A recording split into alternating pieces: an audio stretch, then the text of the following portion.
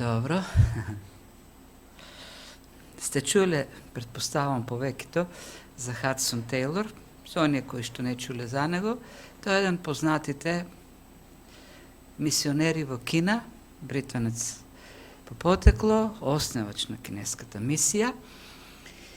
I jednaš, dodeka patoval с оние мали кинески бродчиња, како гондоли, од Шангај до некој град тамо, Нангполи, како се вика, и како по обичај евангелизирал. Имало во бродчето некој човек по име Петар, почнал да му говори за Христос, за евангелието. Човекот на почетокот, или од првен, се спротивставал, но секот на времето се повеќе се убедувал. Но во еден момент, ненадејно бродчето се свртело и Петар паднал во вода. Се испаничил Тейлор, пробал некако да се спушти во водата, да му подаде рака, но неуспешно, почнал да вика и во близина забележал дека има бродчиња рибарски, кои со мрежа ловеле риба и ги повикал да помогнат. Меѓутоа, тие побарале пари. И Тейлор рекол, ќе ви дадам, помогнете. Си извинам. Тие прашале, колку ќе ни дадеш? Ќе ви дадам колку имам. Колку имаш? И тој извадил пари и рекол, ова имам, колку се? Почнал да брои. И рекле, добро, ајде, за тие пари ќе помогнеме. Фрлиле мрежа, успеале да го излечат, но човекот веќе бил мртов. И слушајќи такви, нели, истории, се така исполнуваме некако со вчудоневиденост, како може човек да биде позаинтересиран за парите и да гледа како некој друг се дави и да не помогне. Меѓутоа, ако размислуваме така, можеби гредата во нашите очи не ни дозволува да можеме да се видиме и ние самите. Зашто дали ние можеби така загрижени за нашата финансиска состојба, за нашата безбедност, удобност, за нашите приоритети, не обраќаме внимание на луѓето во светот, луѓето околу нас кои загинуваат, одат во пеколот, бидејќи не го познаваат Христос. Дали и ние така ден за ден, недела за недела, не живееме обседнати, окупирани со нашите потреби, нашите интереси и при тоа не чувствуваме товар во душите за луѓето кои во вечноста одат, загинуваат во пеколот поради непознавањето на Христос. И некој може да праша, што да направиме толку многу луѓе во Скопје? Скопје е полн со луѓе кои не го познаваат Христос. Ами, би можела да кажам за почеток, може да се молиме. Да се молиме Бог да им се открие, да се молиме да бидат спасени. Да се собираме и да се молиме за оние кои се изгубени и загинуваат без Спасителот. И некој пак може да каже, јас очекував нешто по-суштинско, нешто така по-важно да се направи за да им помогнеме на неверниците. Ами тоа е суштинското, тоа е важното, за тоа говориме. А молитвата е таа која прави промени. И нашиот Бог во неговиот суверенитет решил да действа така што одговора на молитвите на неговиот народ. И тоа е темата која во продолжение Павле ја вклучува ова послание, првото послание до Тимотеј кој го изучуваме и бидејќи веќе неколку недели не се занимаваме со него поради Божик и божикните теми, малку се подсетиме што видовме досега во првата глава, бидејќи преминуваме во втората глава. Кажавме дека ова послание апостолот Павле го пишува до младиот Тимотеј, кој е поставен како надгледувач, надзорник, како пастир во црквата во Ефес, една тешка, проблематична црква. И Павле му дава инструкции, заповеди. Првото што го видовме, првата инструкција која што му беше дадена е да се спротивстави, т.е. да им заповеда на оние кои шират лажни учења во црквата. Т.е. да биде борец за вистината, за вистинското учење, за Евангелието на Исус Христос. Бидејќи во црквата влегле елинистички учители, филозофи, кои почнале својата филозофија да ја мешат со христијанството, се обидели некако христијанство да го прилагаат кон паганизмот, а од друга страна пак имало и јудејски учители кои учеле, кои го внесувале законот во Евангелието, тоест спасението во Христос има полза единствено ако ние, ако верниците, ако луѓето го прифатат Мојсей, го прифатат јудеизмот, го прифатат законот. И Павле, имајќи го преди тој контекст, тој проблем во црквата, му заповеда на Тимотеј да се бори за вистинското учење против еретиците и потоа во продолжение видовме дека таа борба всушност е не само со спротивставување и држењето кон ерести, држењето на вистината, туку и со посветениот живот кон вистината, тоест послушност кон вистината, послушност кон Словото, живење на Божјото Слово, живот усогласен со Библијата.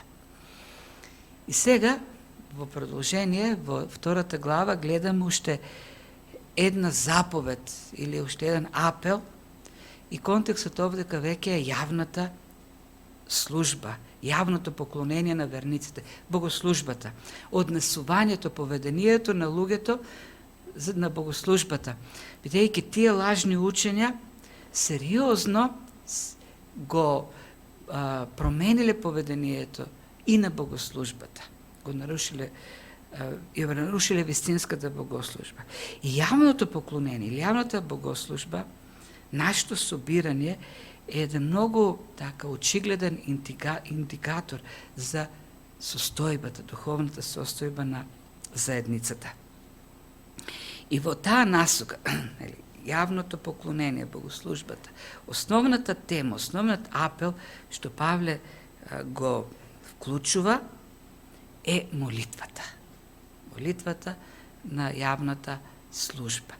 Молитвата треба да биде она што ќе ја исполни богослужбата. И така почнува, нели, втората глава. Молам пред се да правите прозби, молби и така натаму. И кога говориме, и кога Павле говори за молитва, конкретно мисли на молитва за спасение на неспасените. Спасение на оние кои не го познаваат Христос, или оние кои имаат погрешно разбирање за Христос. Оние кои мислат дека веруваат во Христос, меѓутоа нивната вера не е библиска вера. И целиот тој текст во продолжение, по големиот дел од втората глава, темата е таа, нели? Молитва за да бидат сите спасени, зашто тоа е угодно пред Бог кој сака да бидат сите спасени. Затоа и Христос дојде за откуп на сите и затоа Павле вели јас станав проповедник, апостол и учител на сите. И тука може да издвоиме во овие стихови кои секако така најрепрезентативни во текстот, како Павле ја гради таа тема. Упатува прво апел да се молат верните за сите, бидејќи тоа е добро и угодно на Бог, бидејќи тоа е согласно со Божјата волја. Зашто Бог сака, тоа е Божјата економија, спасение на сите, и бидејќи тој неговиот метод има само еден начин за спасение, преку еден посланик кој дојде да умре за сите, и затоа и Павле вели јас станав служител на сите. И зборот сите доминира во секој стих, и во првиот, и во вториот, и во третиот, четвртиот, петиот. Се во петиот Павле таму вели, или седмиот, тој не е употребен зборот сите, меѓутоа кога кажува учител на незнебожците, со тоа и тој кажува на сите. тој и евреите, но и неевреите ги поучува. Така, сите е клучниот збор кој се повторува во сите овие стихови. Верните луѓе, кога се собираат на богослужба, нивниот фокус треба да биде кон молитвата за Евангелието да дојде до сите, за спасение на сите. Сега, кога Павле го пишува овој текст, нели, и нашата намера во дека нема да биде во насока, бидејќи тоа не е и намерата на Павле, во насока на теолошко дефинирање на зборот сите. Многу коментари го свртуваат фокусот на зборчето сите, сега што значи сите, дали зборот сите е апсолутен или пак зборот сите е ограничен и така. Не е тоа идејата на апостол Павле, не е намерата да дефинира што значи сите. Контекстот е многу важен. Секогаш, и тоа постојано ли го повторуваме, кога Павле пишува нешто, тој го пишува во рамките на целиот литературен контекст, нели, што досега пишувал, што е целта до тој момент и понатаму, а пак се тоа што тој го пишува така како литературен контекст е рефлексија на она што се случува во црквата, проблемите. И нели реков дека ова послание е напишано пред се како одговор на ереси, на изопачување на христијанското учење. Двете доминантни ереси во црквата, паганската, елинистичката, филозофската, гностичката, тоа е нели едно нешто, и втората јудејската ерес се ексклузивни во поглед на службата, во поглед на молитвата, во поглед на целта, фокусот на работата. Во кој, што значи ексклузивистички? Гностиците, или паганските гностици, верувале дека, тоа го, нели сме го говорили порано, верувале дека Бог има специјално знаење гносис, кој го дава само на определени луѓе. Тој решил тоа тајно знаење за спасение да го даде само на некаква ограничена духовна елита. Гностиците. И гностиците се исто така во тој поглед ексклузивисти, тие се молат, работат, се ориентирани само кон таа духовна елита, кои можат да го имат, кои можат да го сватат тоа специјално знаење за спасение, кој спасува. Тоа е, нели, тоа се тие гностици. Од друга страна пак јудеите.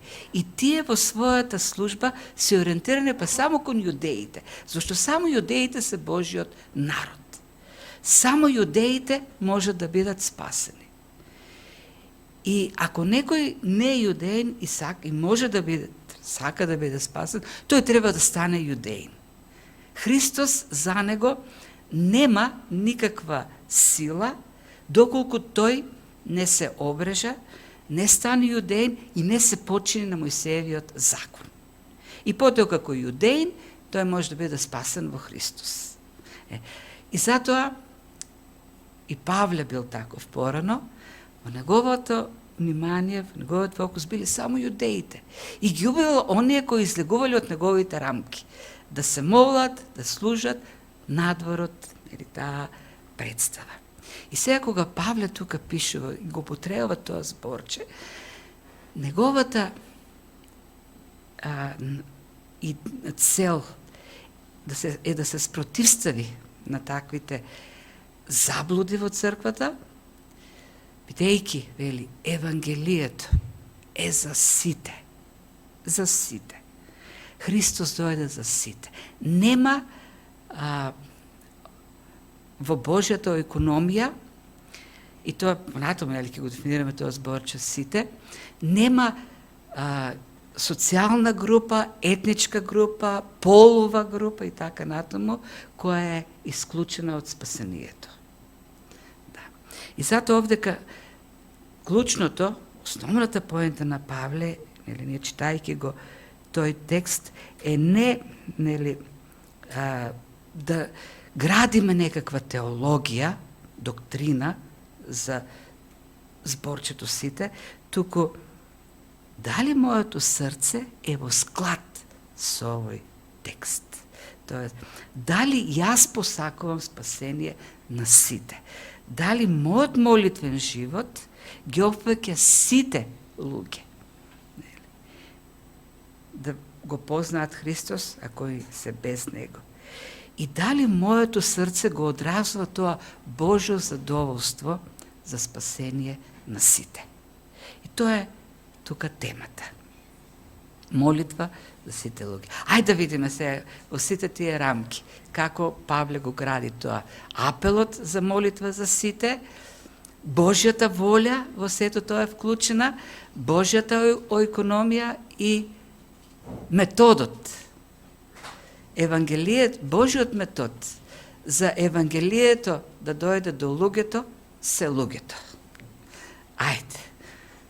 Молам пред се да се прават прозби, молитви, молби и благодаренија.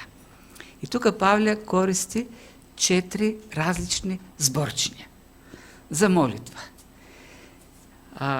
Тие зборчиња во голем дел се препокриваат, синонимни се, но има некои аспекти с кои се одликуваат, се разграничуваат. Првото зборче, што е преведен кај нас како прозби, е најопшт термин за барање. Било какво барање, било каква молба. И Хендриксен, кој еден се смета за најдобрите познавачи на ова послание, вели дека со тоа зборче Павле ги вклучува сите потреби, наопштите потреби, тоа е потребите на секого, на секој верник. Секој има потреба од мудрост, секој има потреба од сила од Бог, секој има потреба од дејството на Светиот Дух. Тоа е нешто што е општо и ние треба постојано тоа да го бараме од Бог. Второто зборче, што кај нас е преведено со молитви или просеухе, е поинтензивно, посилно, поспецифично зборче.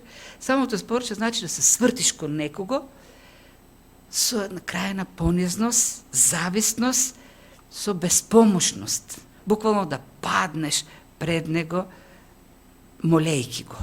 Зошто осознаваш дека ти си немокен, не можеш, не е во твојата власт, а оној од кого што бараш има власта. Може да ти помогне. И обично кога нели паѓале пред мокните луѓето, така не како што денес некои паѓаат допрени од Светиот Дух, нели како се викаше за приковани во Светиот Дух, паѓаат назад така на телот. Не, просеухе значи да паднеш со лицето пред Бог или пред авторитетот. И тоа е тој збор овдека што Павле го употребува. Осознавање на својата безпомошност, безнадежност и зависноста од Бог. И тоа се оној моменти во кои кога бараме, тоа се обидуваме, пробуваме и на крајот гледаме дека сме немокни. И се свртуваме во очи кон Бог и велиме: Господи, ние сме само од Тебе зависни. Зборот молби пак се користи за посредништво. Тој збор овдека што е употребен, ентеоксис, е зборот со кој се означувале барањата или застапувањата или пледирањата пред императорите во полза на трети лица. Било вообичаено во древноста да падне некој во окружувањето на императорот и да се моли за некого. Значи, тоа е јасен концепт. За нашите услови треба да биде јасен концептот, факине врски. Тоа е идејата овдека. И овој збор, всушност, на неколку пати се користи за Светиот Дух и за Христос. Точно тој збор. И нивната застапничка служба пред Бог за нас. Тоа. И користејќи го овој збор, Павле вели, тој не моли кога се собираме, така да се застапуваме пред другите, за другите пред Бог. со секакви барања, со чувството за немок да се застапуваме пред Бог за другите и тие да бидат спасени. И кон нив Бог да ја покаже добрината. И четвртиот збор, предпоставам, нема потреба така од многу обяснување, е Охаристија или благодарност и оддавање на благодарности. Не само бараме туку, и му благодариме на Бог за неговата добрина, за сите добри нешта што тој секогаш ни ги дава, зашто е само добри нешта дава. И така. Значи, идејата е на Павле овде кај секакви барања. Не постои барање кое е недозволено, нели, да се представи пред Бог, не по потреба. И тоа со зависност, со чувство на зависност од Бог, со застапништво и со благодарност. Значи, секакви молитви. И тоа за кој? За сите луѓе, продолжува Павле. И се овде кога говориме за сите луѓе, нели, не е идејата на зборот квантитативна. Тоест, има, по момент веќе 8 или 9 милиарди беа, 8, над 8 милиарди, сега по список сите 8 милиарди ти да ги изброиш. Не. Овдека значењето на зборот е повеќе квалитетно или, како да кажеме, збирно, без разлика. Секакви молитви, барање, и овдека јас, кога Павле пишува да се прават, нели, прозби, тоа е секакви видови на молитви, за секакви луѓе. Не исклучувајќи некој, зашто тоа е проблемот во црквата. Исклучување на останатите, зашто само со некој Бог сака да работи. Има елита со која. Секакви молитви за секакви луѓе. Секакви во смисла, нели, на вид. И мажи и жени. И богати и сиромашни. И слуги и цареви. И евреи и неевреи. И затоа Павле на крајот го заклучува тој текст со тоа што јас станав учител на незнабожците. И со тоа тој ги вклучува оние кои се исклучени од црквата во нивното верување. Нема личност која е толку изгубена или далеко од Бог, ниту пак личност која е толку висока во својата светост, праведност, а нема потреба од нашето застапништво за Бог. Тоа е идејата. Не можеме, сигурно не можеме, со сите да говориме за Бог, но можеме пред Бог да говориме за сите, нему да му говориме.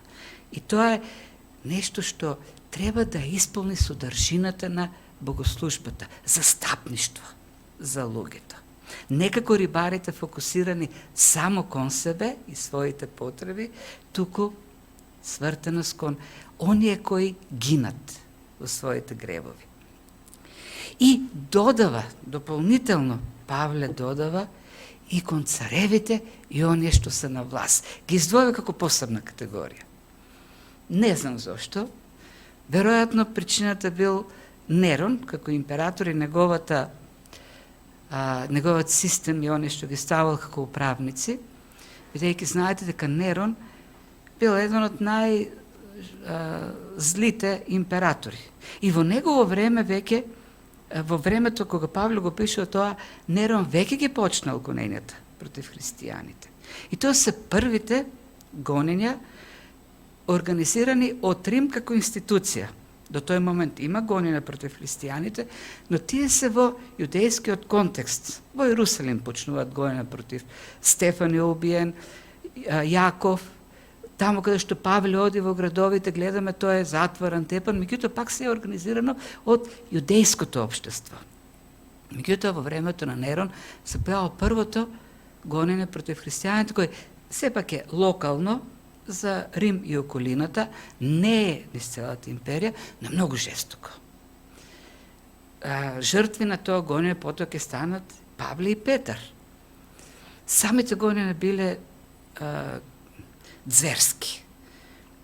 Пишуваат, нели, историчари дека реката Тибар буквално била полна со лешеви, со трупови на христијани. Ги фрлал во гладиаторски арени на задоволство на публиката да ги јадат животни, и тоа дури ги облекувал со животински кожи, уште кои што биле крвави, за уште повеќе да ги како се вика, животните да ги да иритира. А пак на столбове ги врзувал во градината, христијаните ги поливал со масло и ги палел, за да служат како факли во неговата градина. Ужасни гонења, ужасни работи против христијаните. И Павле им пишува на луѓето во Ефес: молете се за Нерон. Не пишува и сега вие ќе почнете да критикувате, да го оговарате, полни со гнев, со горчина. Не, молете се за него. За него, за власт и сите оние што се на власт. Веројатно тоа е причината да го додаде тоа, имајќи го преди тој политички контекст, но од друга страна знаеме дека сепак Бог ги поставува властите и властите се во позиција кои можат така да помогнат за благосостојбата на луѓето или пак да одмогнат за благосостојбата на луѓето. Не. Тие можат да работат за доброто на сите над кои се поставени. И Павле, молете се посебно за властите. Нели? Не ги повикува христијаните на некаква револуција, не ги поттикнува на незадоволство од властите, туку ги поттикнува на молитва. Тертулијан, еден од раните, сега во сите западни книги која ќе се отвори Тертулијан, пишува еден од раните африкански отци на црквата. И тоа е така зашто западните христијани не знаат да направат разлика меѓу црковен отец, црковен учител и црковен писател. Тертулијан не е отец, тој е писател само. Зашто Тертулијан не останал во црквата до крајот на животот.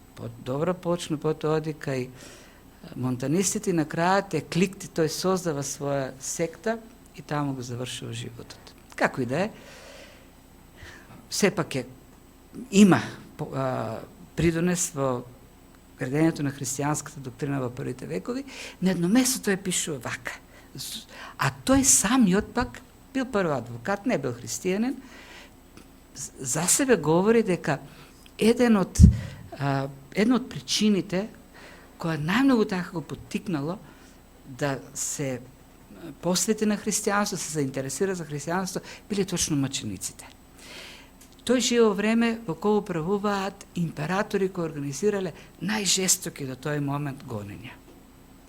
И тој кажува, и тоа е оно, нели, кој и таа позната мисла која вели дека крвта на светиите е семето на црквата, семето од кој црквата расте. И само тој во едно од своите дела вели, тој си имал список, секојдневно се молел по тој список, прво, императорот да има долг живот, потоа, мирно владење да има императорот, да има тој самиот безбеден дом, бидејќи, или с фамилија, бидејќи императорите обично завршувале со атентати, за верен сенат да има императорот, т.е. политичари околу него кои ќе му бидат верни, за праведни луѓе пето и шесто за мир во светот. Тоа се неговите молитви. Сега тука би сакал така едно прашање да се поттикнеме сите да размислуваме колку се молиме ние за властите. Независното дали се добри или лоши, а колку ги критикуваме, колку време посветуваме на молитва за властите, а колку време посветуваме да ги напаѓаме, да зборуваме против нив, да го изразуваме незадоволството.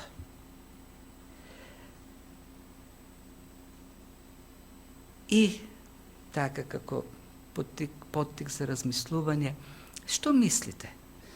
Ако посветувавме толку време за молитва за властите, колку што посветуваме да ги коментираме или да пишуваме за нив коментари. Дали немаше да биде поинаква ситуацијата во Македонија? Што мислите? Што има повеќе ефект за доброто на државата? Коментирањето, критиката, говорењето за властите или молитвата? Павле вели, молете се за властите. Зошто во продолжение вели, тоа е добро и за самите вас. Властите колку и да се лоши, да не забораваме, како што во поговорките пишува 21 глава 1 стих, властите или царевите во Божјата рака се како реките. Тој го насочува срцето на царот така како што е насочува движењето на реката. И тој тоа го прави и со најлошите императори, или премиери, или председатели, или политичари. И тоа е првото што Павле овдека вели. Бог сака Евангелието да стигне до сите. Молитвата е првото во тоа нешто. Знаете, кога тргнува да се освојува некоја територија, така било и во древноста, со тоа што тоаш користеле камења, фрлале, нели, тие како големи орудија артилериски. Сега има тенкови, авиони, прво се пушта артилеријата, да нанесе пораз на противникот и кога ќе се утвари дека има доволно штети, ослабене, тргнува пешадијата да освојува. Така и во духовната војна. Молитвата е таа која што ја подготвя почвата на непријателот за да се освојува со Евангелието. Прво, вели, пред се молитва за сите. Секаква молитва за секакви луѓе. Зошто? Бидејќи тоа носи за самите нас тивок и мирен живот во потполна побожност и достоинство. Гледате како молитвата за другите и посебно за властите нам, христијаните, не носи тивок и мирен живот. И ова зборче тивок е посебно важно за оваа глава, бидејќи 3 пати Павле го повторува. Еднаш овдека во вториот стих и потоа од 9-тиот натаму, кога се говори за жените во црквата, оној дискутабилен текст кој следниот пат ќе го гледаме. Зборот овдека што Павле го користи, Хесухија, е збор значи тишина, молк. Тоа е буквалното значење. И нели кон жените кога се обраќа, вели тие во тишина, во молк, ќутејки, да ги слушат поуките на мажите. Ке видиме која е идејата овдека. Дали тоа значи ништо да не зборуваат, кога ќе влезат во улицата да ќутат, или има некакво друго значење, како и да е. Но интересно дека истото зборче Павле го пишува, го потребува во Прво Солунци, 4 глава, за оние кои не сакат да работат, ќе дојде Христос, ние нема да работиме сега, зашто Христос брзо доаѓа, ама ќе живееме на грбот на другите. И Павле им вели, ќе работите тивко. Тоест, ќе си работите и нема да галамите многу, зашто тоа е вашата обврска да си работите. Секој треба да си го заслужува лебот. Кој не сака да работи, тој и да не јаде. Да. Овдека, точно тоа е идејата, вели. Ако се молите за сите, вклучително пред се за царот и властите, ќе имате тивок живот, спокоен живот. Тоест, нема да галамите многу против властите. Молитвата, и тоа е тука идејата, молитвата за властите и воопшто молитвата за луѓето е таа која наменува нас. Сум го кажал тоа од искуство, сум го повторувал. Почнеш ли да се молиш за некого, ти веќе не можеш во себе да држиш гнев и да оговараш, зашто не можеш во исто време да се молиш за некого, ама да се молиш искрено, постојано и во исто време да збориш против него. Зашто молитвата ти го исполнува срцето со благодат, со милост, го променува срцето. И тоа е она што секогаш го прави молитвата. Може би нашата молитва нема да го смени, нема да смени власта или да ги смени околностите или луѓето, но молитвата секогаш го менува нашиот однос кон околностите, нашиот однос кон власта, нашиот однос кон другите. Многу пати ние си мислиме, ќе се молиме сега Бог да смени некое мислење. Бог така прави сега, ама ние ќе се молиме и тој ќе се предомисли и наеднаш ќе почне се да се променува околу нас и ние ќе живееме многу убаво. Ако мислиме дека ние со нашите молитви можеме да го менуваме, да го диктираме, да му диктираме, се лажеме многу. Зашто Бог најдобро знае, Бог е премудар што да прави. И тој нема да се сообразува и да ги менува своите решени, својата воля заради нашите молитви. Но молитвата ќе не менува нас. Да го прифатиме најдоброто. И да видиме во тоа во кој се наоѓаме, во таа власт, во тие околности, да го видиме доброто од Бог. И да го прифатиме и со благодарност да живееме. И тоа се однесува и за властите. Молитвата наменува нас и ние почнуваме да гледаме на властите како на Божи инструмент, кои имат потреба од нашата молитва, се молиме за нив. И Бог така да го насочува нивното срце, што тие ќе работат за благосостојбата на луѓето. И кога зборува за мир и спокоен живот, кој доаѓа поред нашата молитва за властите, не мисли воопшто дека ќе дојде богатство, па сега веќе нема да не нашите власти толку ќе не засакат, што ние, како што некои велат, нема да бидеме веќе опашката, ќе бидеме главата во општеството. Не е тоа идејата. Тука станува збор за променет живот внатре. И продолжението на текстот токму тоа го открива. Да поживееме тих и мирен живот во потполна побожност и достоинство. И уште две други многу важни зборчиња што Павле ги употреба. Првото зборче побожност или еусебија или евсевија. Тоа значи живот согласен со словото на Бог. Живот според Бог. Угоден на Бог. Да го живееш божествениот живот. Тоа значи побожен живот. Гледате, молитвата за сите, молитвата за властите, нас не променува и почнува действото на Духот во нас. Ние да станеме побожни луѓе, да живееме побожен живот. А второто зборче пак е мнотес, е зборче многу важно во 3 глава, каде што Павле говори за црковната организација, за епископи, презвитери, дјакони, и таму дори 3 пати го употреба тоа зборче. Знаете што значи тоа зборче? Значи достоинство или почит. Еден однос кој другите почнуваат да го градат кон тебе, гледајќи го твојот живот. Значи, таа побожност, или тоа однос што ние го покажуваме во молитвата кон другите, побожниот живот, ќе изгради кај нас респект во очите на другите. И тоа се користи, нели, посебно за водачите во 3 глава, дека тие не треба да бидат луѓе кои што ќе наметнуваат авторитет, туку ќе имат таков живот со кој што ќе го освојат, ќе освојат почит така и другите. И тоа според достоинство или респект. Достоинството е нешто што другите ти го дават. Почита е нешто што другиот ти ја дава. Ти не можеш да ја наметнеш. А таа доаѓа с таков живот. И вели, и вие молејќи се за луѓето, Евангелието да допре до нив, за да бидат спасени. Така ќе живеете живот, што тие ќе го видат сето тоа. Кон вас ќе имат почит. И сето тоа да придонесува, зашто? Да се шири Евангелието. Контекстот овдека е спасението на луѓето. Целиот контекст. Евангелието да продира до луѓето.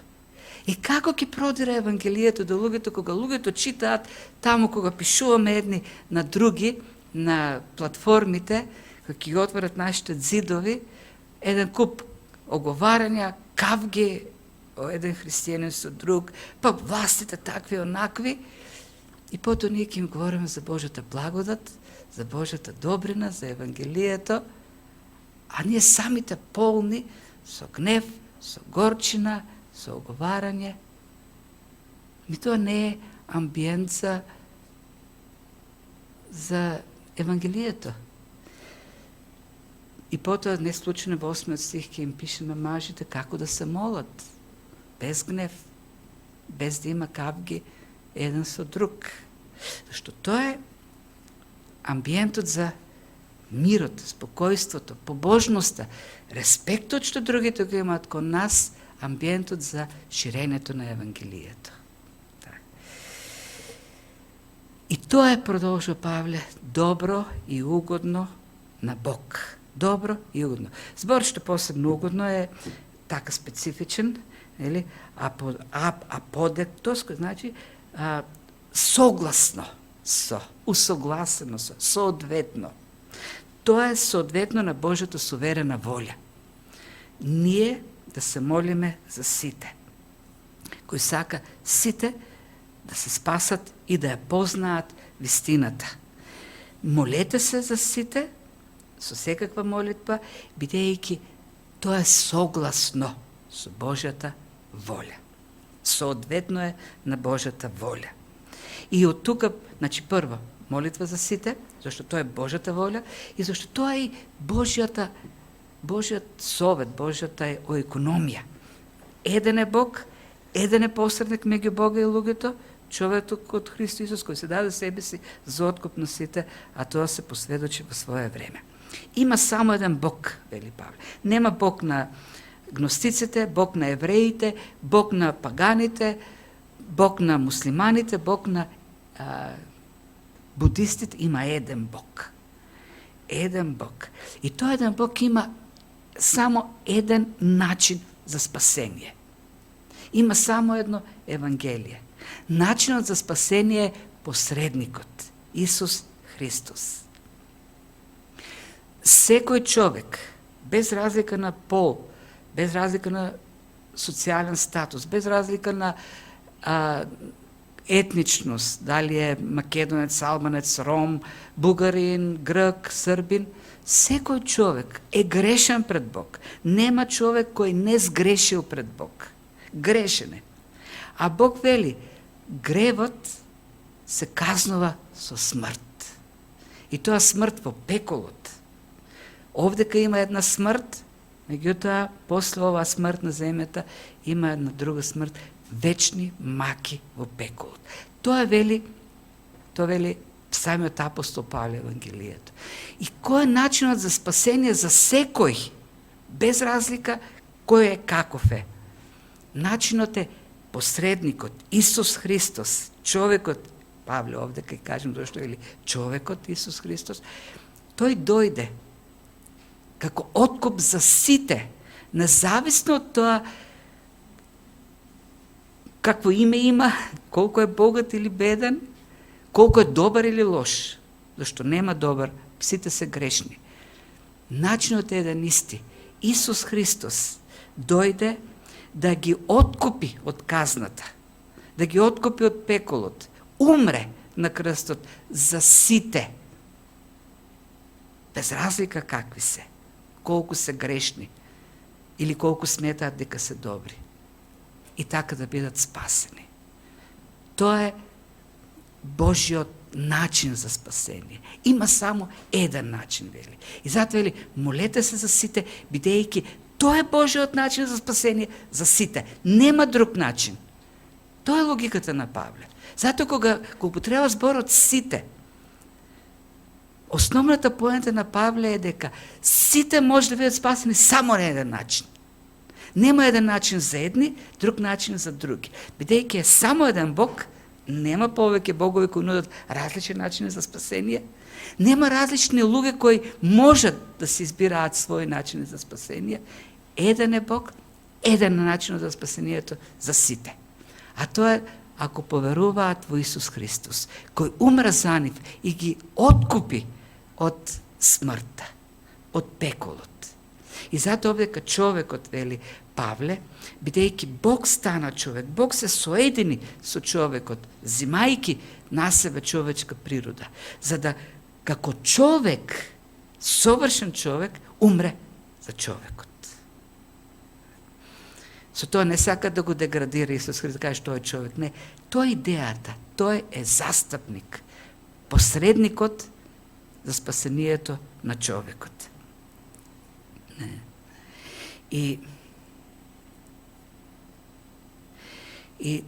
И тоа е, нели, гледате логиката како го гради Павле својата теза. Молете се со секаква молитва за сите луѓе. Зашто тоа е угодно на Бог. И тоа одговара на Божиот план за спасение. Тој има само еден план за спасение. Само еден начин, во Христос. Ако некој сака да се спаси, треба да поверува во Христос. Нема друг начин. Сите луѓе само на таков начин може да бидат спасени. Нема друг. И продолжува Павле, и самиот себе се вклучува, осознавајќи го сето тоа, каква е Божјата воља, дека тој не прави разлика меѓу луѓе. Каков е неговиот план само во Христос спасение.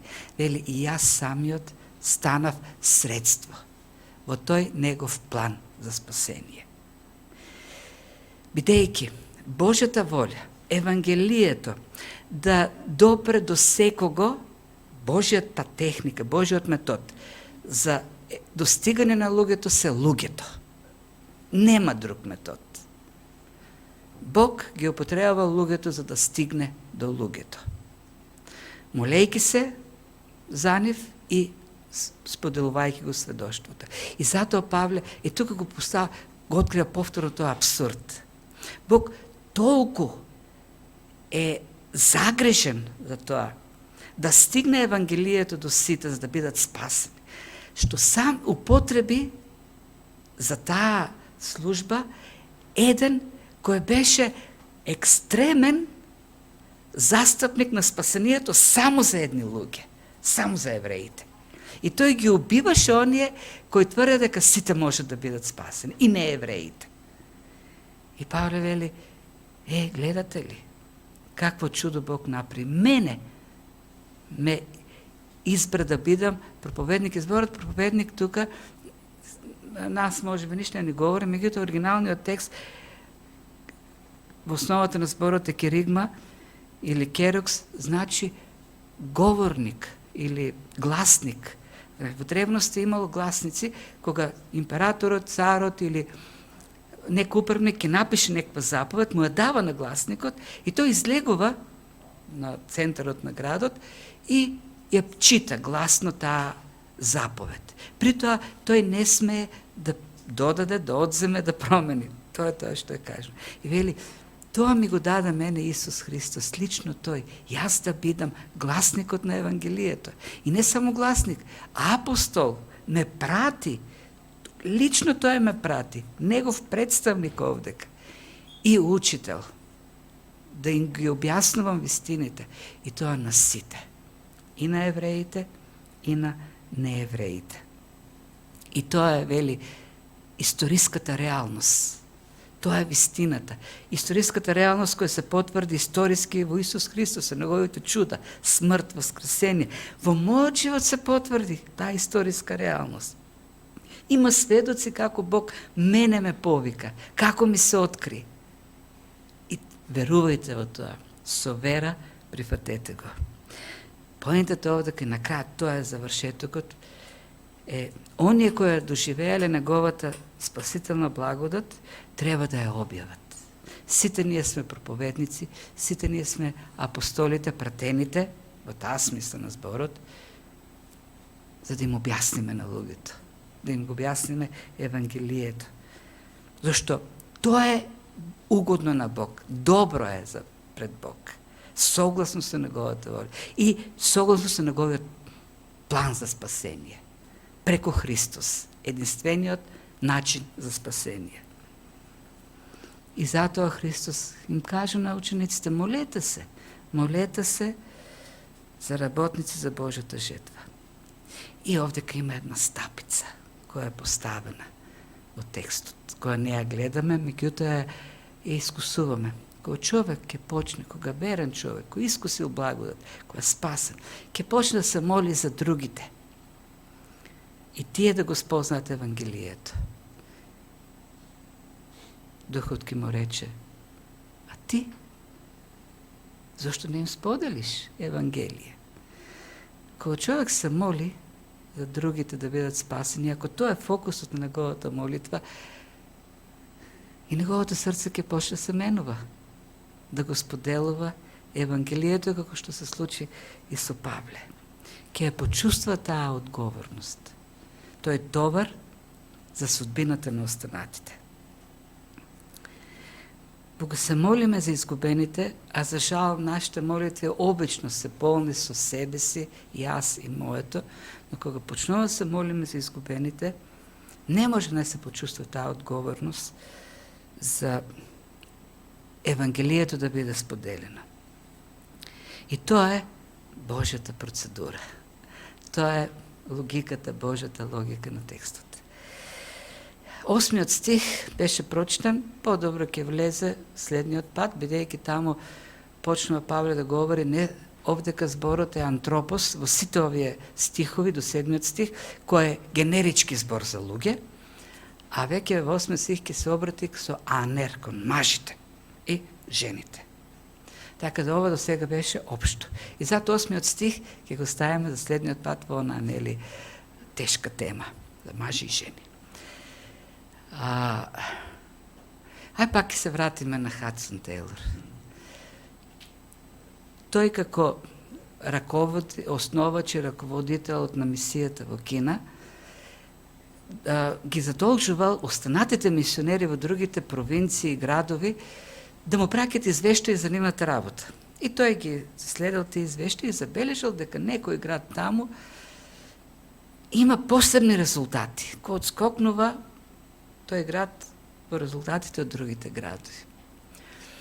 Му направил тоа впечаток, еднаш отишел во Англија, одел така периодично во Англија, да дава отчет за работата, да посетува цркви, да собира донации. И во некоја црква дал извештај за работата, зборел, сведоштва дал и на крајот завршила и дошол некој човек, сака да се запознае, или со Тейлор, почна да го распрашува за работата во Кина и Тейлор забележал дека тој човек прашува точно за тој град, каде што има нели повеќе резултати и многу добро ги знае деталите за работата таму. И го прашал: ти, од кај се запознаен толку? И човекот рекол: па имам еден пријател мисионер, тој служи во тој град, тој редовно ми ги праќа имињата на луѓето со кои работи, на кои што им сведочи, а јас па секој ден тој список во молитва го представувам пред Бог. И така на Тейлор му станало јасно на што се должи успехот. Има една друга анекдота за Спрчен кој отишол во Америка. Во време на таа евангелска обнова во Англија, Америка се уште не била допрена на таков начин, и го прашувале пастори после некоја проповед: на што се должи успехот на твојата служба? И Спрчен сака малку се замислил и рекол на што се должи. Па многу луѓе се молат за мене. Ено тоа се должи. И тоа е вистината. Дека молитвата е артилеријата која што подготвува територијата на непријателот за освојување со Евангелието. И затоа нашиот живот, како верни, и животот на црквата, и јавната служба, треба да биде исполната со таа молитва, Евангелието, да допре до сите луѓе. И затоа тука некако едни логични прашања. Дали нашиот личен живот, дали нашите собирања тука се исполнети со таква молитва за спасение на изгубените? Или пак сме како кинеските рибари кои се толку така загледани во своето, во својот интерес, што рамнодушно гледаме наоколу и некако не ни текнува дека умираат тие луѓе, дека има други приоритети освен нашите. Така да се молиме. Бог да не употреби нас самите за тие изгубени грешници, да дојдат кај Христос. Да се молиме за луѓето околу нас, блиските, роднините, соседите, пријатели. Еве дојдоа луѓе околу Божик. Сите имаме во нашето обкружување. Дали се со децата што одат на школа во градинка познати, или пак се на работа. Се молиме. Се молиме за луѓето во Скопје. Се молиме за нашите власти. повеќе отколку што ги критикуваме. Се молиме. Бог да ги употребува за Негова слава. Да се молиме посебно таму каде што има гонење на христијаните. Колку сме запознати во светски рамки, каде христијаните страдат најмногу? Запознаем се, интересираме ли? Има ли места во светот каде што во моментот страдат христијани? И им е ограничена работата. Им е забранета. Треба да се молиме за нив. Иако не ги познаваме. Бог ги познава. Бог ги знае. Таму каде што има глад, таму каде што има војни, ние, или најголема дел од христијаните се молат многу за Божиот народ Израел и Божиот свет град Ерусалим. Ма знаете колку христијани има меѓу палестинците? Колку палестинци има христијани кои страдат во моментот? Те се наши браќа и сестри. На Бог му е угодно да се молиме за Евангелието, добро е тоа за него, според неговата воля и за спасението на другите. И Бог може да направи многни работи како одговор на нашите молитви. И да не забораваме. Ние често говориме за духовни обновувања, духовни пробудувања, но нема нито едно духовно обновување, нема нито една голема духовна обнова на која не претходела обединета молитва на Божиот народ. Ако сакаме да се менува Македонија, треба да се молиме, како што Павле овдека пишува, пред се за спасението на луѓето и властите. И тоа да исполнува содржината на нашиот христијански живот, на нашата јавна служба. Се молиме. Ајде да се молиме.